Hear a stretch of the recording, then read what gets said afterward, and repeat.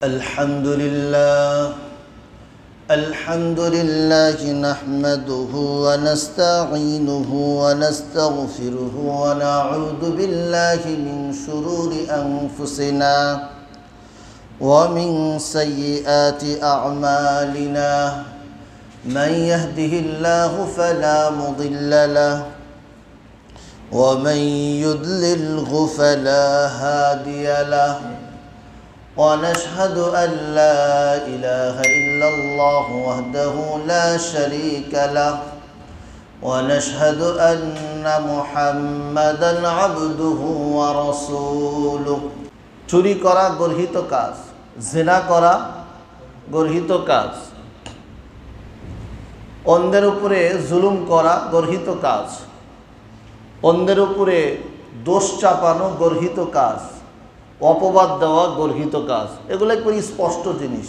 এগুলো ভালো মন্দর ভিতরে পার্থক্য করা যায়, এগুলো সাধারণভাবে দেখলেই বোঝা যায় এগুলো গুনাহের কাজ।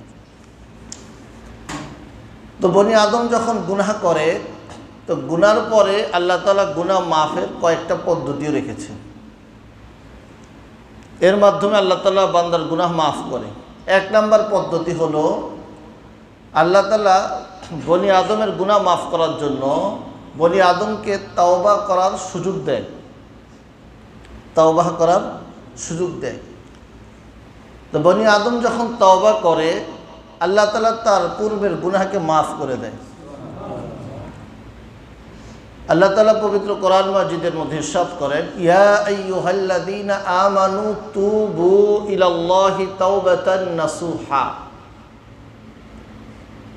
হে ঈমানদার, তোমরা আল্লাহর কাছে তওবা করো, তাওবাতান নাসুহা, যেই তওবার মধ্যে তুমি তোমার নিজের গুনাহের প্রতি অনুতপ্ত থাকবে, এমনভাবে তওবা করো। অর্থাৎ ভালোভাবে যখন বনি আদম তওবা করে, আল্লাহ তাআলা ওই বনি আদমের গুনাহকে মাফ করে দেন। তো আল্লাহর পক্ষ থেকে হুকুম, তুবু ইলাল্লাহি তাওবাতান নাসুহা, তোমরা আল্লাহর কাছে তওবা করো ভালোভাবে। আসা রব্বুকুম আইয়ুকাফিরা আনকুম সাইয়্যাতিকুম, আল্লাহ তাআলা এই তওবার কারণে তোমাদের গুনাহকে মাফ করে দিবে। তো গুনাহ মাফের পদ্ধতি, এক নম্বর পদ্ধতি হলো তওবা। নবী সাল্লাল্লাহু আলাইহি ওয়াসাল্লামের হাদিস, নবী সাল্লাল্লাহু আলাইহি ওয়াসাল্লাম বলেন, আত-তাইবু মিনাজ যামবি কামান লা যামবা লাহ, যে কোনো মানুষ সে তার গুনাহ থেকে তওবা করলো, তো তার কেমন জানি গুনাহই নাই। কামান লা যামবা লাহ, কেমন জানি তার কোনো গুনাহই নাই। আল্লাহ নবী সাল্লাল্লাহু আলাইহি ওয়াসাল্লামের আরেকটা হাদিস, নবী সাল্লাল্লাহু আলাইহি ওয়াসাল্লাম বলেন, ইন্নাল্লাহা ইয়াকবালুত তাওবাতা মা লাম ইউগারগির, আল্লাহ তাআলা বান্দার তওবাকে কবুল করে যতক্ষণ পর্যন্ত তার হালতে গররা, মুহূর্ষ অবস্থায়, যখন একবারে তার মৃত্যু, তার নিশ্চিত মৃত্যু প্রাণ তার বের হয়ে যাচ্ছে, ওই সময় পর্যন্ত আল্লাহ তাআলার বান্দার তওবাকে কবুল করে। যখন মৃত্যুর যন্ত্রণা শুরু হয়ে যায়, তখন আর তার তওবা কি হয় না, কবুল। তো ওই সময় যতই আপনি বলেন লা ইলাহা ইল্লাল্লাহ পড়ো, কালিমা শাহাদাত পড়ো, সে পড়বে কিভাবে? তার পুরো জীবন তো আল্লাহ থেকে বিমুখ ছিল। তো আল্লাহ তাআলা বনি আদমের তওবাকে কবুল করে কতক্ষণ পর্যন্ত? মৃত্যু যন্ত্রণা শুরু হওয়ার আগ পর্যন্ত বান্দার তওবাকে কবুল করেন। নবী সাল্লাল্লাহু আলাইহি ওয়াসাল্লামের একটা হাদিস, নবী সাল্লাল্লাহু আলাইহি ওয়াসাল্লাম বলেন যে এক ব্যক্তি, এক বেদুইন, সে তার ঘোড়া নিয়ে, ওট নিয়ে সে মরুভূমিতে চলতেছে, লম্বা হাদিস। তো চলতে চলতে সে একটা গাছ পাইল। তো গাছ পাওয়ার পরে সে ওই গাছের নিচে,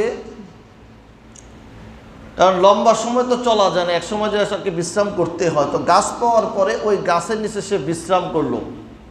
তো বিশ্রামের জন্য সে যখন বাহন থেকে নামলো, তার বাহন তার পাশেই সে রাখলো। আর ওই বাহনের উপরে হাদিসের মতো তাআমুহু ওয়া শারাবুহু, এই বাহনের উপরে তার খাবারও আছে আবার এই বাহনের উপরে তার পানিও আছে, কারণ মরুভূমির মতো পানি থাকে না, খাবার পানি সব কোথায়? বাহনের উপরে। সে এটাকে রেখে পাশে রেখে বেঁধে রেখে সে ওই গাছের নিচে ঘুমিয়ে গেল। তো ঘুমানোর পরে সে ঘুম থেকে উঠল, উঠার পরে দেখতেছে তার বাহনও নাই, খাবার পানি তো সব বাহনের উপরে, বাহন যখন গেছে খাবার পানি সব গেছে একসাথে। তো এই বান্দাটা কতটা পেরেশান হয় এই বান্দাটা, কারণ সে মরুভূমির মধ্যে কাহার থেকে চেষ্টা করলে সে বাহনের ব্যবস্থা করতেও পারবে না, আবার সে যদি চেষ্টা করে কাহারও কাছে খাবার চাইতে মানুষই তো নাই, পানিও নাই, কিচ্ছু নাই, এমন অবস্থায় সে অনেক খোঁজাখুঁজি করলো। নবী সাল্লাল্লাহু আলাইহি ওয়াসাল্লাম বলেন যে এই বান্দাটা খোঁজাখুঁজির পরে একটা সময় যায় সে খুঁজতে খুঁজতে ক্লান্ত হয়ে যায়, বান্দাটা ক্লান্ত হয়ে যায়। ক্লান্ত হয়ে যাওয়ার পরে যেই জায়গায় সে ঘুমাইছিল ওই জায়গায় এসে আবার গাছের নিচে বসে যায়, ঘুম চলে আসে। তো এখন এই বান্দাটা একটা সময় যাওয়ার পরে ঘুম থেকে উঠে, উঠার পরে সে তার বাহনকে দেখে, তার যেই জায়গায় সে রাখা ছিল বাহন ওই জায়গায় তার বাহনটাও আছে, আবার বাহনের উপরে খাবার পানি সব ঠিক আছে। তো এই বান্দাটা কেমন খুশি হয়? খুশি হয় কিনা? কেমন খুশি হয়? আল্লাহ নবী সাল্লাল্লাহু আলাইহি ওয়াসাল্লাম বলে এই বান্দাটা খুশি যখন হয়, খুশি এত বেশি খুশির কারণে সে মুখ দিয়ে এমন শব্দ বলে ফেলে, মানুষ অধিক যখন খুশি হয় মুখ দিয়ে উল্টাপাল্টাও বলে, কিন্তু রাগে উল্টাপাল্টা বলে, আবার খুশি তো কি বলে? উল্টাপাল্টা বলে। তো এই বান্দাটা এত বেশি খুশি হয়েছে যে খুশির কারণে তার মুখ দিয়ে এটা বের হয়ে যায়, আল্লাহুম্মা আনতা আবদি, হে আল্লাহ তুমি আমার গোলাম। কি বলতেছে সে খুশিতে? তার মুখ দিয়ে কি শব্দ বাইর হইছে? হে আল্লাহ তুমি আমার গোলাম, ও আনা রব্বি, আর আমি তোমার রব, খুশিতে। তো এই বান্দাটা মূলত যেখানে বোঝানোর উদ্দেশ্য, এই বান্দাটা এত বেশি খুশি হয়েছে যেই কারণে তার মুখের উপর তার কি নাই? কন্ট্রোল নাই। তো নবী সাল্লাল্লাহু আলাইহি ওয়াসাল্লাম বলে লাল্লাহু আসাদ্দু, লাল্লাহু আফরাহু আসাদ্দু মিন তাওবাতি আহাদিকুম, এই বান্দাটা যেরকম খুশি হয়েছে এর থেকেও বেশি আল্লাহ তাআলা কোনো বান্দা যখন আল্লাহর কাছে তওবা করে এর থেকে বেশি খুশি হয়। বুঝছেন হাদিসটা? বুঝছেন? আবার উল্টো বুঝেন না। হাদিসের মধ্যে বলছে আল্লাহ আবার তোমার বান্দা, আপনি আমার, আমি তোমার মালিক, উল্টা পাল্টা বুঝেন না।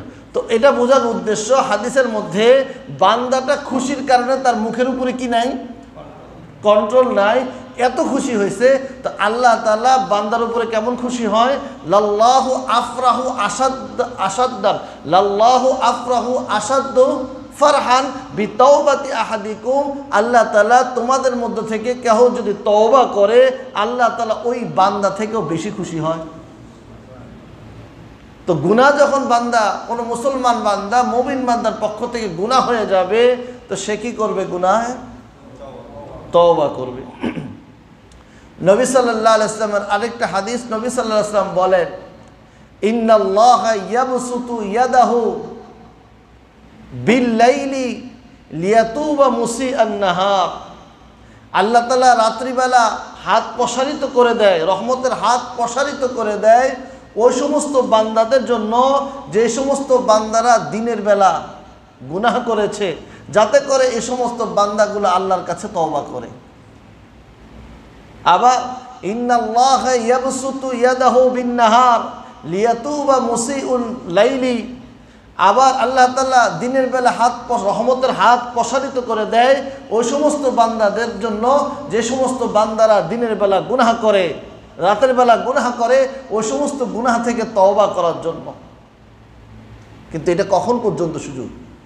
হাত্তা তাতলুআ আশ-শামসু মিন মাগরিবিহা, যতক্ষণ না সূর্য পশ্চিম দিক থেকে উদয় না হয়। কোন দিক থেকে? সূর্য ওঠে কোন দিক থেকে? পশ্চিম দিকে। সূর্য উঠে হলো পূর্ব দিকে, অস্ত যায় উদয়স্থল পূর্ব দিক, অস্তস্থল পশ্চিম। আর আল্লাহর পক্ষ থেকে কিয়ামতের আগ মুহূর্তে যখন তারপরে আর কাহারও তওবা কবুল হবে না, সূর্য উঠবে কোন দিক থেকে? পশ্চিম দিক থেকে। তো এই পর্যন্ত বান্দাকে সুযোগ দেওয়া হয় তওবার, এরপর আর সুযোগ নেই। এখন আসি তওবা আমি আগেও বলছি তওবা কয়েকটা জিনিসের নাম, 4টা জিনিসের নাম। তওবা 1 নাম্বার, নিজের গুনাহ হয়েছে, এই গুনার উপরে আল্লাহর কাছে ক্ষমা চাওয়া, ভবিষ্যতে করব না এরকম প্রতিজ্ঞা করা, ভবিষ্যতে করব না, আর গুনাহকে ছেড়ে দেওয়া, গুনাহ ছেড়ে দেওয়া, আল্লাহর কাছে গুনাহের উপরে লজ্জিত হওয়া, ভবিষ্যতে করব না এই ব্যাপারে দৃঢ়ভাবে প্রতিজ্ঞা করা আর করব না। তো কয়টা জিনিস? 3টা জিনিস হলো। একটা হলো গুনাহ ছেড়ে দেব, নিজের গুনার উপর লজ্জিত হব, আর ভবিষ্যতে এই কাজ করব না। এটা হলো যদি আল্লাহর হক হয়। কার হক?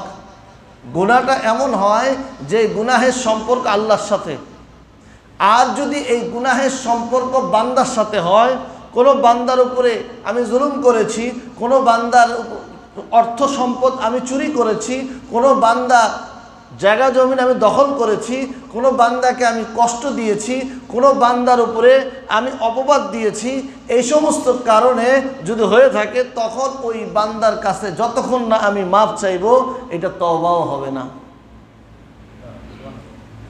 তওবা হবে না। আপনি যতদিন এখন এরপরে যখন একটু বয়স হয়েছে, মাথায় টুপিও লাগছে, দাড়িও সাদা হয়েছে, আর দাড়িও রাখছেন, মসজিদের প্রথম কাতারে বসে থাকেন, কিন্তু আগের জীবনে যে সমস্ত বান্দার হকগুলো মারছেন ওগুলো না দেওয়া পর্যন্ত আপনার তওবা হয় নাই। কারণ বান্দার হক এটা বহুত কঠিন। নবী সাল্লাল্লাহু আলাইহি সাল্লাম বলে, আমি আগেও বলছি কথাটা, যে শহীদের আল্লাহ তাআলা তার গায়ে যখন সর্বপ্রথম ছুরিটা লাগে, তলোয়ারটা লাগে, তার সমস্ত গুনাহ মাফ হয়ে যায়। নবী সাল্লাল্লাহু আলাইহি সাল্লাম বলে ইল্লা দাইন, কিন্তু সে যদি কোনো ঋণ রেখে যায়, মানুষের কোনো হক থাকে, এই হক কি হয় না মাফ?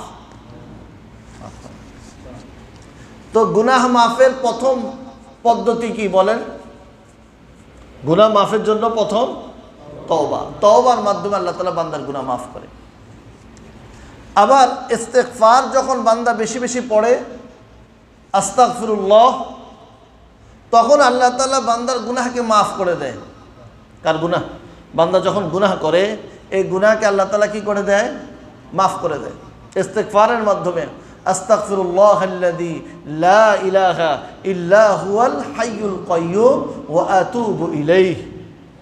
আয় আল্লাহ, আস্তাগফিরুল্লাহ, আমি আল্লাহর কাছে ক্ষমা চাচ্ছি।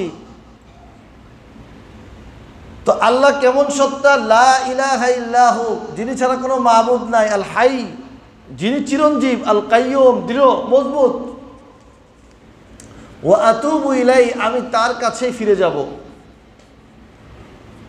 ইস্তিগফারের মাধ্যমে আল্লাহ তাআলা বান্দার গুনাহকে মাফ করে। ওয়াল্লাযীনা ইযা ফাআলু ফাহিশাতান আও যালামু আনফুসাহুম যাকারুল্লাহা ফাস্তাগফারু লিযুনুবিহিম ওয়া মান ইয়াগফিরুয যুনুবা ইল্লাল্লাহ ওয়া লাম ইউসিররু আলা মা ফাআলু ওয়া হুম ইয়ালামুন। কোন মানুষ, ওই সমস্ত মানুষ যারা কোনো ফাহিশা কাজ করে, গুনাহের কাজ করে, আও যালামু আনফুসাহুম, অথবা সে নিজের উপর নিজে জুলুম করেছে। একটা হলো অন্যের উপরে করেছে, দ্বিতীয় নাম্বার হলো নিজের উপরে করেছে। একজন মানুষ যখন গুনাহ করে, সে সবথেকে বড় জালেম হলো নিজের উপরে। একজন মানুষ যখন কোনো গুনাহ করে, সে জুলুমটা কার উপরে করছে? সর্বপ্রথম নিজের উপরে। কারণ সে অপরের উপরে কোনো কাজ করলো, গুনাহের কাজ, এই গুনাহগুলো কার উপরে জমতেছে? নিজের উপর জমতেছে না? নিজের উপর শাস্তি অবধারিত করতেছে কিনা? নিজের জন্য শাস্তি অবধারিত করতেছে, মানে সে নিজের উপর জুলুম করছে। যাকারুল্লাহ, অতঃপর সে তার স্মরণ আসে, সে আল্লাহর স্মরণ করে। ফাস্তাগফারু লিযুনুবিহিম, আল্লাহর কাছে গুনাহের জন্য ক্ষমা চায়। তো এই বান্দা যখন গুনাহের জন্য ক্ষমা চায়, ওমা ইয়াগফিরু যুনুবা ইল্লাল্লাহ, আর গুনাহ ক্ষমা করতে পারে একমাত্র কে? গুনাহ ক্ষমা করতে পারে কে? তো শুরুতেই বললাম, যদি বান্দার হক হয়, এটা মাফ হয় কার দ্বারা? বান্দার মাফের দ্বারা। আর আল্লাহর যদি হক হয়, তখন মাফ হয় হলো আল্লাহর পক্ষ থেকে। এখন ওমা ইয়াগফিরু যুনুবা ইল্লাল্লাহ, আল্লাহর কাছে সে যখন মাফ চায়, আর গুনাহ মাফ করে কে? ওয়ালাম ইউসিররু আলা মা ফাআলু ওয়া হুম ইয়ালামুন, আর সে জেনে বুঝে এই কাজের মধ্যে, পাপ কাজের মধ্যে সে বারবার লিপ্ত হয় না। জেনে বুঝে, যে জানে এটা পাপ, এরপরে আবার এই কাজ করে, জানে পাপ গুনাহের কাজ আবার করে, জানে এটা পাপ সে আবার করে, এরকম এই বান্দা করে না। এখন যখন করে না, এই বান্দা ইস্তেগফার করলো, আল্লাহর কাছে মাফ চাইলো, আল্লাহ তাআলা বলে উলাইকা আলাইহিম উলাইকা জাযাউহুম মাগফিরাতুম মির রাব্বিহিম, এই সমস্ত বান্দাদের জন্য আল্লাহর পক্ষ থেকে ক্ষমা। তো গুনাহ মাফ হবে কিসের মাধ্যমে বলেন? ইস্তেগফারের মাধ্যমে। কিসের মাধ্যমে? আল্লাহর কাছে গুনাহের ক্ষমা চাওয়ার মাধ্যমে।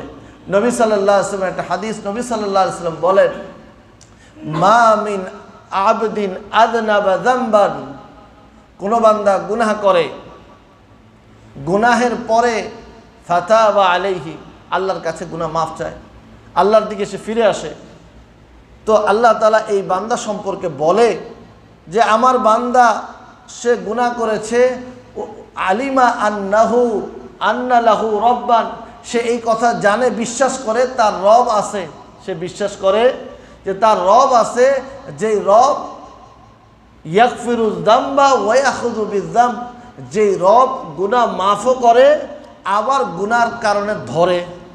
একজন বান্দা যখন গুনাহ করতে থাকে, লাগাতার করতে থাকে, যখন তাকে ধরা হয় আর ভাগার কোনো কি থাকে না, রাস্তা থাকে না। ফেরাউন সে দীর্ঘ সময় আল্লাহর অবাধ্যতা করেছে, যখন আল্লাহ ধরল আর বাঁচার কোনো রাস্তা পেয়েছে? পায় নাই। নমরুদ দীর্ঘ সময় আল্লাহর অবাধ্যতা করে গেছে, যখন আল্লাহ ধরল আর রাস্তা পায় নাই।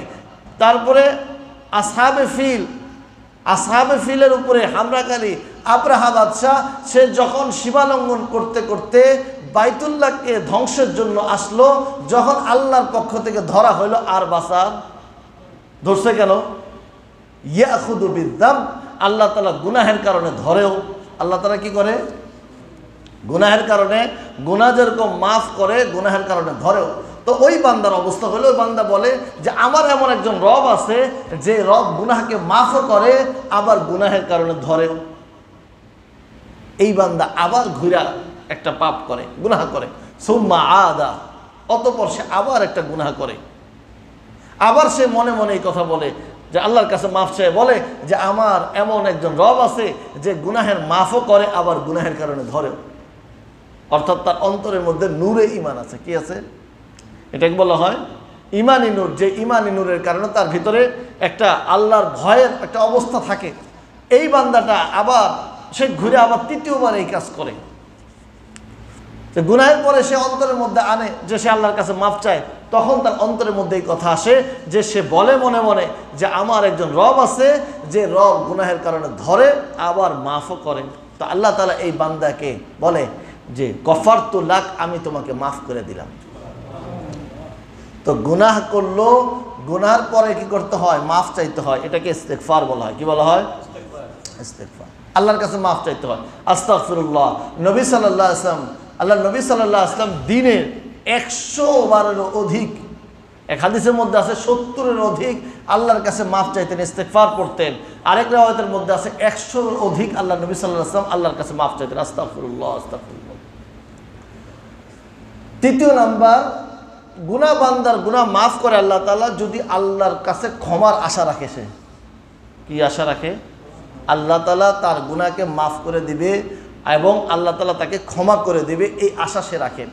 ক্বালা ইবনে আদম, ক্বালা আল্লাহু সুবহানাহু ওয়া তাআলা ইয়া ইবনে আদম, এটা হাদিসে কুদসি। নবী সাল্লাল্লাহু আলাইহি ওয়াসাল্লাম বলেন, আল্লাহ তাআলা ইরশাদ করেন, হে বনি আদম, ইন্নাকা মা দাউতানি ওয়া রাজাউতানি, যে তুমি আমাকে ডেকেছ এবং তুমি আমার কাছে আশা রাখো। এই যে আশাটা রাখো, আশার কারণে, অর্থাৎ গুনাহ যখন হয়ে গেল তুমি আমার কাছে ক্ষমার আশা রাখতেছো, তুমি আমার কাছে চাচ্ছ, তো চাওয়ার বদলতে গফারতু লাকা আলা মা কানা ক্বাবলাক, তুমি যা করছো ইতিপূর্বে এই সমস্ত গুনাহকে আমি মাফ করে দিলাম। ওয়ালা উবালি, আর তোমাকে যে আমি মাফ করলাম, এই মাফের ব্যাপারে আমি কাহারও জবাবদিহিতা। আল্লাহ তাআলা কি কাউকে জবাবদিহিতা করতে হবে যে আপনি এই কাজটা করলেন কেন? আল্লাহ তাআলা বান্দার যেটা, বান্দাকে আল্লাহ তাআলা মাফ করবে, আল্লাহ তাআলা এই বান্দার মাফের ব্যাপারে কাউকে কি দিতে হবে না? জবাবদিহিতা। আবার একজন বান্দা আল্লাহ তাআলা তাকে মাফ করে দেয় যদি বান্দা নবী সাল্লাল্লাহু আলাইহি ওয়াসাল্লামের ইত্তেবা করে। কার ইত্তেবা বলেন? নবী সাল্লাল্লাহু আলাইহি ওয়াসাল্লামের অনুসরণ যদি করে। নবী সাল্লাল্লাহু আলাইহি ওয়াসাল্লাম অনুসরণ অর্থাৎ তার জীবনের প্রত্যেকটা কাজের মধ্যে আল্লাহ নবী সাল্লাল্লাহু আলাইহি ওয়াসাল্লামকে সামনে রাখে। এখনকার আমাদের যুবকদের অনুসরণের মানুষ হলো ওই কি আছে না কত দেশের খেলোয়াড়, এগুলা গেঞ্জি ওগুলো পরে, আরে ও গেঞ্জি পরলে কি তুমি ওইটা হয়ে যাবে? হ্যাঁ, গেঞ্জি পরে ঘুরে, অমুকের নাম লেখা পিঠের মধ্যে, অমুকের নাম লেখা, ও সে হয়ে যাব, গোল কয়েকটা বেশি দিয়ে ফেলাইতে পারবো। হ্যাঁ, তো অমুকের সে ফ্যান। আর নবী সাল্লাল্লাহু আলাইহি ওয়াসাল্লাম, যে ব্যক্তি আল্লাহ নবীর মহব্বত যার ভিতরে থাকবে, নবী সাল্লাল্লাহু আলাইহি ওয়াসাল্লাম এই যে আল্লাহ তাআলা বলে যে ব্যক্তির ভিতরে নবী সাল্লাল্লাহু আলাইহি ওয়াসাল্লাম মহব্বত এবং ইত্তেবা থাকবে, এর মাধ্যমে আল্লাহ তাআলা তার গুনাহ মাফ করে দেয়। আর একজন মানুষ তো সে পরিপূর্ণ মুমিন হইতে পারবে না যার অন্তরের মধ্যে বিধর্মীর মহাব্বত থাকবে, যার অন্তরের মধ্যে ফাসিক ফুজ্জারের মহাব্বত থাকবে, যার অন্তরের মধ্যে ইহুদি নাসারার মহাব্বত থাকবে, যার অন্তরের মধ্যে মুনাফিকের মহাব্বত থাকবে, তার হাসত্ব ওই সমস্ত ইহুদির সাথে হবে, তার হাসত্ব ওই খ্রিস্টানের সাথে হবে, তার হাসত্ব বেদিনদের সাথে হবে, তার হাসত্ব মুনাফিকের সাথে হবে। কার সাথে হবে বলেন? মহাব্বত যার সাথে, তার মিল যার সাথে। এখন আপনারা তিনজন একসাথে দাঁড়াইছেন, এখন দুইজনরে দেখা যায় একরকম, আরেকজনরে তো চিনি না, তার সাথে এই তিনজনের মিল নাই, তো আলাদা হবে কিনা? তো নবী সাল্লাল্লাহু আলাইহি ওয়াসাল্লাম মহব্বত যার থাকবে, তার আদর্শ, তার চেহারা সুরত, তার চরিত্র ইত্যাদি সব থাকবে নবীর সাথে। তো এই বান্দাকে যখন নবী সাল্লাল্লাহু আলাইহি ওয়াসাল্লাম হাসরের ময়দানে দেখবে যে নবী সাল্লাল্লাহু আলাইহি ওয়াসাল্লামের তার সাথে তার সাদৃশ্য আছে, নবী সাল্লাল্লাহু আলাইহি ওয়াসাল্লাম আমার উম্মত কাছে আনো। আর যখন দেখবে তার ভিতরে সাদৃশ্য নাই, ফেরেশতারা তাকে দূরে সরাই দিতে চাইবে। নবী সাল্লাল্লাহু আলাইহি ওয়াসাল্লামকে যখন বলা হবে যে এই ব্যক্তি দুনিয়া থেকে চলে যাওয়ার পর উল্টাপাল্টা করছে, তো আল্লাহ নবী সাল্লাল্লাহু আলাইহি ওয়াসাল্লাম বলবে একে দূর করে দাও আমার সামনে থেকে। কি বলবে? আগে বলছে কাছে আনো আমার উম্মত, যখন শুনবে যে উল্টাপাল্টা করছে এর ভাগাও এখান থেকে, কে বলবে? নবী সাল্লাল্লাহু আলাইহি ওয়াসাল্লাম। তো নবীর অনুসরণের মাধ্যমে একজন বান্দার গুনাহ আল্লাহ তাআলা মাফ করে দেয়। কার অনুসরণ? কুল ইন কুনতুম তুহিব্বুনাল্লাহা ফাত্তাবিউনি ইউহিব্বুকুমুল্লাহু ওয়া ইয়াগফির লাকুম যুনুবাকুম আল্লাহু গফুরুর রহিম। আল্লাহ তাআলা বলে, হে নবী আপনি বলে দেন, কুল ইন কুনতুম তুহিব্বুনাল্লাহ, যদি আল্লাহর মহব্বত চাও। কার মহব্বত? আল্লাহর মহব্বত চাও, ফাত্তাবিউনি, আমার অনুসরণ করো।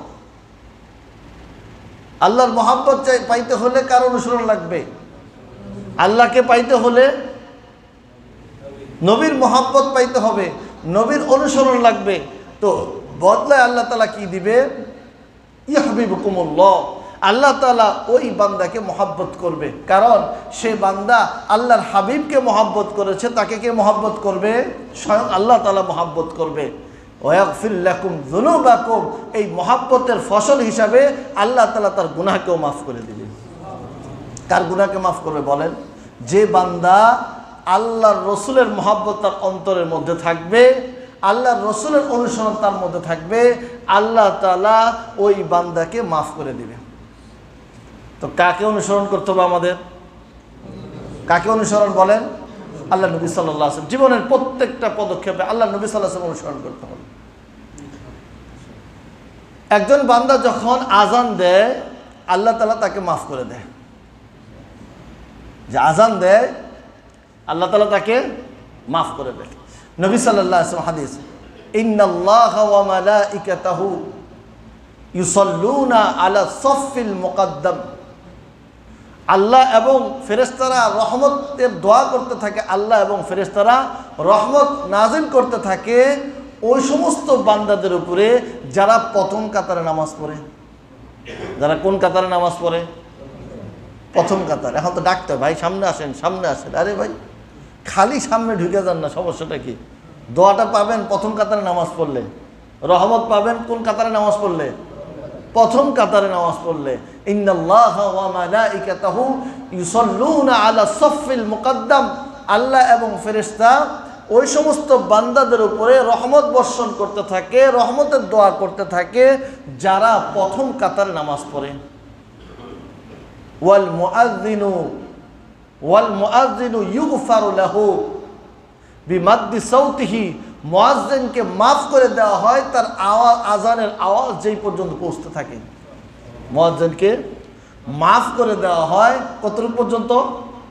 যিনি আজান দেয় তার আজানের আওয়াজ যেই সীমা পর্যন্ত পৌঁছতে থাকে এই পর্যন্ত তাকে মাফ করে দেয়। অর্থাৎ এই জায়গার মধ্যে তার যদি কোনো গুনাহ হয়ে থাকে এই সমস্ত গুনাহগুলোকে আল্লাহ তাআলা মাফ করে দেয়। আমাদের অবস্থা হলো মুয়াজ্জিন সাহেব ছুটিতে গেলে আর আজান দেওয়ার মানুষ খুঁজে পাওয়া যায় না। আমাদের অবস্থা হলো মুয়াজ্জিন সাহেব ছুটিতে গেলে আমাদের ক্যাশিয়ার সাহেব যদি কোনো রকম না থাকে হয়েছে কাজ, এবার এখন আর আজানের মানুষ পাওয়া যায় না খুঁজা। তখন দেখা যায় যে মানুষ কই গেছে সব। এতগুলো মুসল্লি আজান দিতে পারে না, এতগুলো মুসল্লি একামত দিতে পারে না, আজানও দিতে পারে না, একামত দিতে পারে না। তো এত বড় একটা নেকির কাজ আপনি যখন আজানটা দিলেন, তখন আজানটা দিলেন কতটুক পর্যন্ত? যতটুক সীমা পর্যন্ত আওয়াজটা পৌঁছলো এই পর্যন্ত যদি কোনো গুনাহ করে থাকেন আল্লাহ তাআলা তাকে মাফ করে দিবেন। ওয়াল মুআজ্জিনু ইউগফারু লাহু বিমাদ্দি সাউতিহি, তার গুনাহকে ওই সীমা পর্যন্ত মাফ করে দেওয়া হয়। আর এবং ওই সমস্ত জিনিস ইয়াসমাউ মিন ইয়াবিসিন ওয়া রুতাবিন, এবং ওই সমস্ত জিনিস, যে সমস্ত জিনিস এর পর্যন্ত এই আজানের আওয়াজ পৌঁছে ফায়াশহাদু লাহু, তার জন্য সাক্ষী দিবে ওই সমস্ত জিনিস, যে সমস্ত জিনিস পর্যন্ত এই আওয়াজটা পৌঁছে যায়। এখন এই আওয়াজটা যখন পৌঁছলো সব জায়গার মধ্যে কি শুকনা জিনিস ভিজা জিনিস আছে না? শুকনা জিনিসও আছে আবার ভিজা জিনিসও আছে। আপনি এখানে কাদা পড়ে রয়েছে, এটা কি শুকনা? বলছেন কাদা হয়ে রয়েছে, এটা ভিজা। আবার কিছু জায়গায় পাকা তো পাইলেন, মাটি আছে, পানি পড়া আছে, তো বিভিন্ন রকম শুকনা ভিজা। তো মিলে যতটুক জায়গা আছে এই জায়গা, যত জায়গা আছে এই আজানের আওয়াজ পৌঁছে এই জায়গাটা মুয়াজ্জিনের জন্য সাক্ষী দেয়। যিনি আজান দিবে তার জন্য কি দিবে? সাক্ষী দিবে। ওয়ালাহু মিসলু আজরি মান সাল্লা মাহু, আর ওই বান্দা যে আজান দিল, ওই আজান দিয়ে যারা আজানের আওয়াজ শুনে মসজিদে আসলো এবং নামাজ পড়লো, এই মুসল্লি যারা নামাজ পড়লো আজানের আওয়াজ শুনে, এদের নামাজের সব যিনি আজান দেবে উনি পাবে। তো এক যেটা বললাম যে আজানের মাধ্যমে কি হয়, আজানের মাধ্যমে কি হয় বলেন না? আজানের মাধ্যমে আল্লাহ তাআলা বান্দার গুনাহকে মাফ করে দেয়। আজানের মাধ্যমে বান্দার গুনাহকে আল্লাহ তাআলা মাফ করে দেয়। এরপরে আসি, আল্লাহ নবী সাল্লাল্লাহু আলাইহি সাল্লাম কাছে এক ব্যক্তি আসলো, এক ব্যক্তি নবী সাল্লাল্লাহু আলাইহি ওয়াসাল্লাম আসলো। আব্দুল্লাহ ইবনে মাসউদ সাহাবী রাদিয়াল্লাহু আনহু রিওয়ায়াত, তিনি বলেন যে এক ব্যক্তি নবী সাল্লাল্লাহু আলাইহি ওয়াসাল্লাম, নবী সাল্লাল্লাহু আলাইহি ওয়াসাল্লাম আসলো। আয়েশা বলল আন্না রাজুলান আসাবা মিন ইমরাআতিন কুবলাতান, এক ব্যক্তি নবী সাল্লাল্লাহু আলাইহি ওয়াসাল্লাম কাছে বলল, নবী আমি একটা গুনাহ করে ফেলছি, যে গুনাহটা এমন গুনাহ যেটা জিনার পর্যায়ে পড়ে না, ব্যভিচারের পর্যায়ে পড়ে না, কিন্তু কাছাকাছি পড়ে। অর্থাৎ একজন মহিলাকে জড়াইয়া ধরছে, তাকে যা করা দরকার জিনা ব্যভিচার ছাড়া তার আগ পর্যন্ত জড়ায় টড়ায় ধরছে তোর পর্যন্ত। তো নবী সাল্লাল্লাহু আলাইহি ওয়াসাল্লাম এসে বলল, আল্লাহ নবী আমি এমন একটা পাপ করে ফেলছি, আমার কি শাস্তি, আপনি আমার উপরে শাস্তি প্রয়োগ করেন। নবী সাল্লাল্লাহু আলাইহি ওয়াসাল্লাম আল্লাহ তাআলার পক্ষ থেকে আয়াত নাজিল হইল, ফাউনজিলাত, আল্লাহর পক্ষ থেকে আয়াত নাজিল হলো, আকিমিস সালাতা তারাফাইন নাহার ওয়া যুলাফাম মিনাল লাইল ইন্নাল হাসানাত ইউযহিবনাস সাইয়্যাত, যে তোমরা দিনের দুই প্রান্তে, আকিমিস সালাতা তারাফাইন নাহার ওয়া যুলাফাম মিনাল লাইল, দিনের দুই প্রান্তে এবং রাত্রির কিছু অংশ তোমরা নামাজ পড়ো। দিনের দুই প্রান্তে এবং রাত্রের কিছু অংশ তোমরা নামাজ পড়ো। এই নামাজ পড়ার উদ্দেশ্য ছিল 5 ওয়াক্ত নামাজ। কয় ওয়াক্ত নামাজ? তো যখন কোনো বান্দা 5 ওয়াক্ত নামাজ পড়ে, আল্লাহ তাআলা এই আয়াতের মধ্যে বলেন ইন্নাল হাসানাত ইউযহিবনাস সাইয়্যাত, এই 5 ওয়াক্ত নামাজ হলো নেকি, এই নেকির মাধ্যমে আল্লাহ তাআলা ওই বান্দার গুনাহকে মাফ করে দেয়। এই 5 ওয়াক্ত নামাজের মাধ্যমে কি মাফ হয় বলেন? গুনাহ মাফ হয়। 5 ওয়াক্ত নামাজ যে পড়ে তার গুনাহ মাফ হতে থাকে। আসসালাতু ইলাস সালাহ মুকাফফিরাতুন লিমা বাইনাহুন্না ইযা ইজতানাবাল কাবাইর। এক নামাজ পড়ে গেল, আরেক নামাজ পড়তে আসলে এই মধ্যবর্তী যে সমস্ত গুনাহগুলো হয়ে যায়, এগুলো নামাজের কারণে কি হয়ে যায়? মাফ হয়ে যায়। নামাজ যারা পড়ে না তাদেরটা মাফ হয়। মানে আমরা বছরে সবে কদরের দিন আসবো, আর সবের দিন আসে সারা বছরের টাকা অগ্রিম মাফ করা চলে যাবো। নামাজ তো মাফ হয় নামাজের মাধ্যমে। 5 ওয়াক্ত নামাজ যখন কোনো বান্দা পড়ে, তখন এর মাধ্যমে আল্লাহ তাআলা বান্দার গুনাহকে মাফ করে। আপনি জিকির করবেন, জিকিরের মাধ্যমে আল্লাহ তাআলা গুনাহ মাফ করবে। জিকিরের মজলিসে বসবেন, এই যে যারা এখানে বসছি আমরা আসলাম, দীর্ঘ সময় নিয়ে বসে আছি, দিনী কথা শুনলাম, এই দিনী কথাগুলো নামাজের আগ মুহূর্তে আমরা শুনতেছি, এই বসার মাধ্যমে আল্লাহ তাআলা আমাদের জীবনের সমস্ত গুনাহগুলো মাফ করে দেবে। এখানে যখন বান্দা বসে, জিকিরের মধ্যে বসে, তো ফেরেশতারা আল্লাহর কাছে যখন যায়, আল্লাহ তাআলা জিজ্ঞাসা করে, আমার বান্দারা কি চায়? কয় আল্লাহ, আপনার বান্দারা আপনার এই যে চাচ্ছে, জান্নাত চাচ্ছে, জাহান্নাম থেকে মুক্তি চাচ্ছে। কয় আল্লাহ, হে আল্লাহ ফেরেশতাদেরকে বলতে থাকে, এই সমস্ত মানুষগুলো যদি আপনাকে দেখতো আরও বেশি চাইতো। তা আল্লাহ তাআলা বলে, এই সমস্ত বান্দাদের ব্যাপারে সুসংবাদ শুনিয়ে দাও, এই সমস্ত বান্দাদেরকে আমি মাফ করে দিলাম। আপনি জিকির করবেন, আমি আর আপনি জিকির করব। ফরজ নামাজের পর আমরা তো উঠে দৌড় দিতে তাড়াতাড়ি, আমাদের সময় নেই হাতে। ফরজ নামাজ পড়লেন, ফরজ নামাজের পরে 33 বার সুবহানাল্লাহ পড়ি, আলহামদুলিল্লাহ পড়ি 33 বার, আল্লাহু আকবার পড়ি 34 বার। রাত্রে যখন ঘুমাবো তখন এই আমলটা করে শুই। তো এই আমল যখন কোনো বান্দা করে, আল্লাহ তাআলা ওই বান্দার গুনাহ যদি সমুদ্রের ফেনা পরিমাণও থাকে, আল্লাহ তাআলা মাফ করে দেয়। তো কিসের মাধ্যমে গুনাহ মাফ হইল? গুফিরাত যুনুবুহু, তার গুনাহকে মাফ করে দাও, মাফ করে দেওয়া হয় যদিও তার গুনাহ সমুদ্রের ফেনা পরিমাণ থাকে। তো এই জন্য যে সমস্ত কাজের দ্বারা গুনাহ মাফ হয়, ওই সমস্ত কাজ করবো তো আমরা ইনশাআল্লাহ। তওবা করব, আল্লাহর কাছে ক্ষমা চাইব, আজান দিব সুযোগ পাইলে, গুনাহ মাফ হবে। জিকির করব, আমরা 5 ওয়াক্ত নামাজ পড়বো, যখন গুনাহ মাফ হবে। জিকিরের মজলিসে আল্লাহর বরত্বের আলোচনা হয়, এমন মজলিসে বসলে আল্লাহ তাআলা গুনাহ মাফ করে। এই সমস্ত কাজগুলো করলে আল্লাহ তাআলা আমাদের সবাইকে গুনাহ থেকে মুক্ত করবে। তো এই জন্য আমরা গুনাহ মাফের জন্য চেষ্টা করবো তো ইনশাআল্লাহ। আল্লাহ তাআলা আমাদের সবাইকে আমল করার তৌফিক দান করুক।